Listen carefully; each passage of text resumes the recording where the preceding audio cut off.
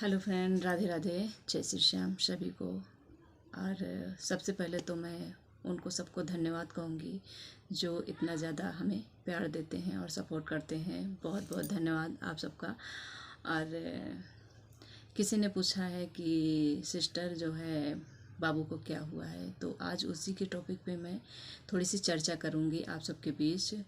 और बाबू का जो है कि बाबू जब 6 मंथ का था यानी 6 महीने का था तो इसको फीवर के कारण इसको झटके आए थे। उसके बाद दवा से तो नॉर्मल हो गया था, फिर ठीक था। फिर इसको वही 8-9 महीने का था। उसके बाद दोबारा झटका फीवर, इसको फीवर जल्दी जल्दी आता था। और कुछ कारणों के कारण यानी मुझे भी ऐसा सब कुछ पता नहीं था कि ये सब कुछ हो जाएगा, इतना ज़्यादा इसकी कंडीशन ख़राब हो जाएगा।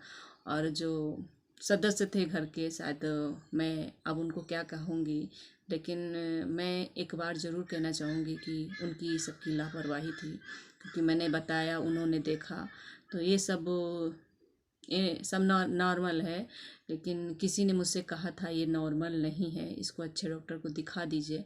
लेकिन उस समय प्रेजेंट टाइम पे जिसकी इज्जत नहीं होती है घर में, यानी एक नौकरानी के बराबर इज्जत होती है, तो उसका कौन मानेगी बात।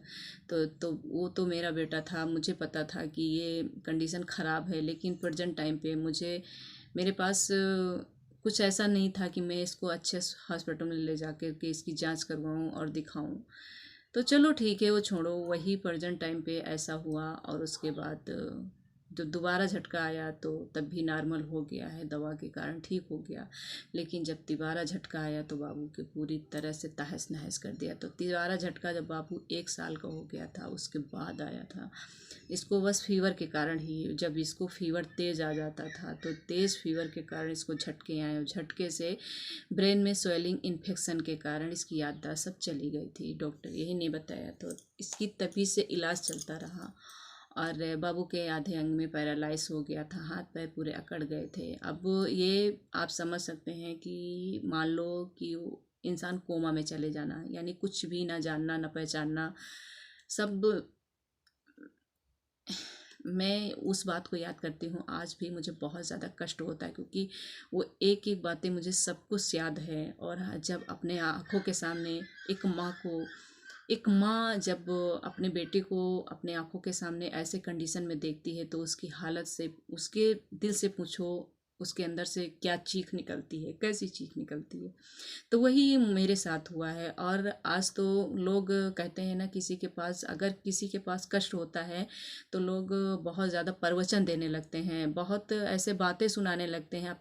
ऐसा लगता है कि भगवान इन्हीं हैं, ऐसा उसको तसल्ली नहीं दिलाएंगे। तो हमारे साथ भी ऐसा हुआ था फ्रेंड, कि बाबू को जब ये कंडीशन हो गया था तो बहुत लोग जो देखने आए, मतलब जो जिसके अंदर हमदर्दी थी, जो तो हमें तसल्ली दिलाते थे, आप घबराएं नहीं, एक दिन ये ठीक हो जाएगा, आप मेहनत करती रहें और आपकी मेहनत रंग जरूर लाएगी। तो मैं तो बस तब मुझे अच्छा लगता था। लेकिन कुछ ऐसे लोग थे जो देखने आते थे और बोलते थे कि ये अब कभी देख नहीं पाएगा, कभी सुन नहीं पाएगा, कभी बोल नहीं पाएगा, कभी चल नहीं पाएगा।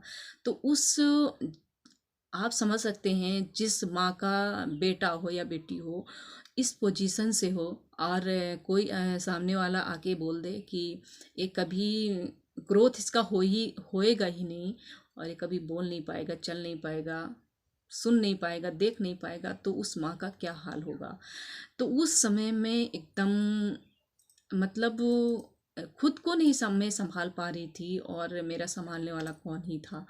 क्योंकि लोग टॉर्चर करना मुझे शुरू कर दिए कि ये मतलब क्या ही बोलूँ, मुझे बोलने में बहुत कष्ट होता है, तो आप लोग समझ सकते हैं। और जो लोग शायद अपने पास पड़ोस में देखे होंगे ऐसे बच्चे, किसी के घर में बूढ़े, किसी के घर में कोई ना कोई अगर इस कष्ट से जो झेला होगा या देखा होगा तो वो समझ सकता है। बाकी तो आम लोगों को तो एक मजाक लगता है कि जब अपना सब कुछ अच्छा होता है तो अब सामने वाले को लोग देखते हैं ना तो एक मजाक लगता है कि अरे अपना तो सब ठीक है, कि ये ऐसा मजाक है, ये तो आते जाते रहते हैं, ये तो सभी को है। लेकिन उससे पूछो उसके दिल में क्या बीत रही है, उस माँ के अंदर जिसका बेटा इस तरह तड़प रहा हो उसके आंखों के सामने।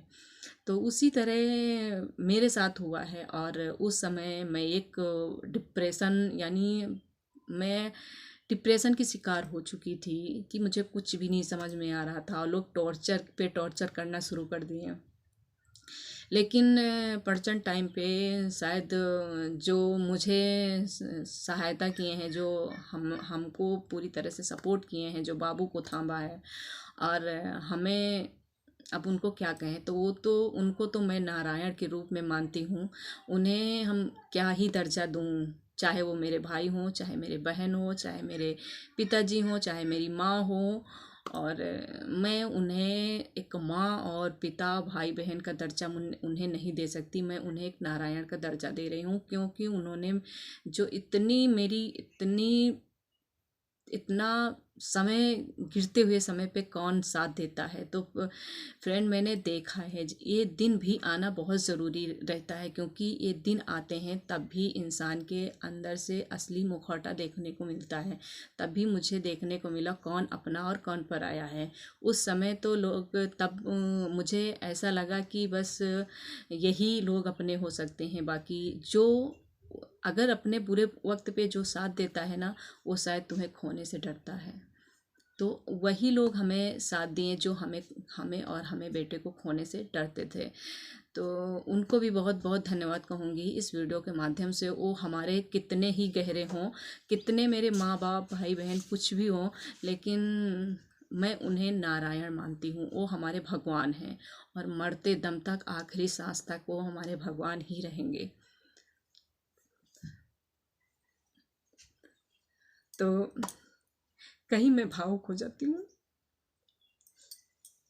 आज आप सबके सामने ये मेरा बेटा है। तो वीडियो बनाने का भी यही कारण है कि मुझे अच्छा लगता है। फिर अभी क्या ही बोलूँ, कुछ बोलने वाली थी। और तो कभी कभी मैं घबरा जाती हूँ। और कुछ दिन इसी तरह सिलसिला चलता आ रहा तो और बाबू आके अब इस तरीके हो गया। लेकिन आज भी ये रुक जाओ बाबू, बैठ जाओ। होली का है तो ये समझता इतना ज़्यादा नहीं समझ रहा, आज भी नहीं समझता है। लेकिन फिर भी बस भगवान पे भरोसा है कि शायद जो ऊपर वाला करता है सब अच्छे के लिए ही करता है। और मैं खुश हूँ हमारे दोनों बच्चों के साथ। मैं बहुत ज़्यादा मैं भगवान को बहुत बहुत धन्यवाद करूँगी कि मैं बहुत ज़्यादा खुश हूँ। सिर्फ कष्ट बस इतना ही है मुझे कि बाबू ठीक हो जाए। और ये आने वाले कल में कि कम से कम जब तक मेरे अंदर हिम्मत है तब तो इसका बाल बांका नहीं हो पाएगा। क्योंकि माँ है और हर माँ से ज़्यादा योद्धा कोई होता नहीं। मैं माँ हूँ, अपने मुँह से ये सब अच्छा नहीं लगता है, लेकिन वो माँ समझ सकते हैं, वो परिवार समझ सकता है जो ये दर्द को समझ रहा हो। और तो लोग मजाक समझते हैं, लेकिन मैं इस दर्द से पीड़ा से निकली हुई हूँ। तो मुझे पता है कि ये क्या है। इतनी मतलब कम उम्र में जो चीज़ मैंने झेला है शायद किसी की बहन बेटी के साथ ऐसा ना हो। और तो बाबू आज भी अभी इस तरीके का है, लेकिन इसको स्कूल ले जाना। और अभी तो इसको ले जाते हैं 1-2 घंटे, रुकता है नहीं रुकता है। जिद भी ये इस अपने जिद पे कोई चीज़ को लेकर अड़ जाता है तो उसको नहीं करता है। और आप लोग समझ सकते हैं इस बच्चे नॉर्मल नहीं होते हैं। तो इसके पीछे मुझे बहुत ज़्यादा समझाना और रखना, इसका रख रखाव ध्यान करना एक आम बात नहीं है। अकेली माँ के लिए बहुत ज़्यादा इतनी बड़ी जिम्मेदारी छोटी नहीं होती है। लेकिन बहुत लोग तो ऐसे सब मजाक समझते हैं। लेकिन ये जो समय है फ्रेंड, मैं कहती हूँ कि वो समय कट गया। मैं कैसे कट गया मुझे पता ही नहीं चला, क्योंकि आज समझ रही हूँ कि मैं इतना बड़ा लोग तो हम कह रहे हैं कि ऐसे हादसे जो हो जाते हैं उसका कोई साथी ना हो, और तो उसका क्या हाल होगा। लेकिन और लोग उस पोजीशन में, जो जिस पोजीशन में माँ के अंतिम सांस, समझो कि अगर उसका बेटा इस तरीके का हो गया हो, और ये समझ लो कि माँ की अंतिम सांस ही चल रही हो, तो उस समय लोग भी उस माँ को, मुझे रोना, मैं चाहती हूँ कि मैं रोऊं नहीं, मैं खुश रहूं, लेकिन उन बातों को याद करके रोना आ जाता है। और मैं दुखी नहीं हूँ, बस उन बातें, जो बीती हुई बातों को याद कर लेते हैं तब रोना आता है। तो जिस समय उस माँ की अंतिम सांस ले रही हो माँ, और उसे लोग टोल करें, तो कैसे हो सकते हैं लोग।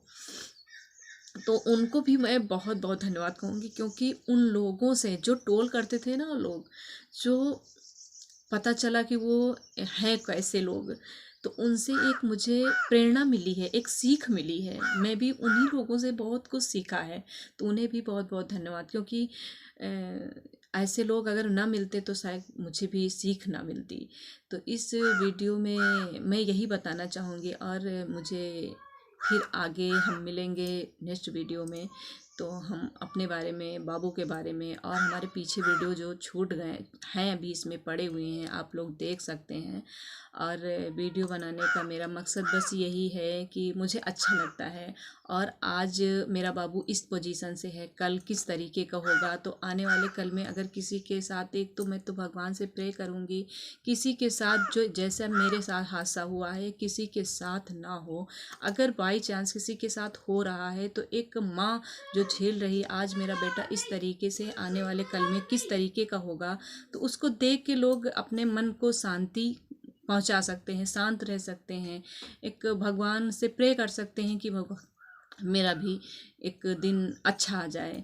तो वीडियो बनाने का मेरा मकसद यही है। तो बाबू को आप देख सकते हैं, और आप लोग इतना जो प्यार देते हैं उसके लिए बहुत बहुत धन्यवाद। आगे भी आप लोग प्यार इसी तरह बनाए रहें।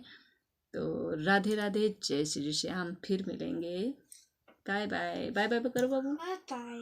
Bye bye.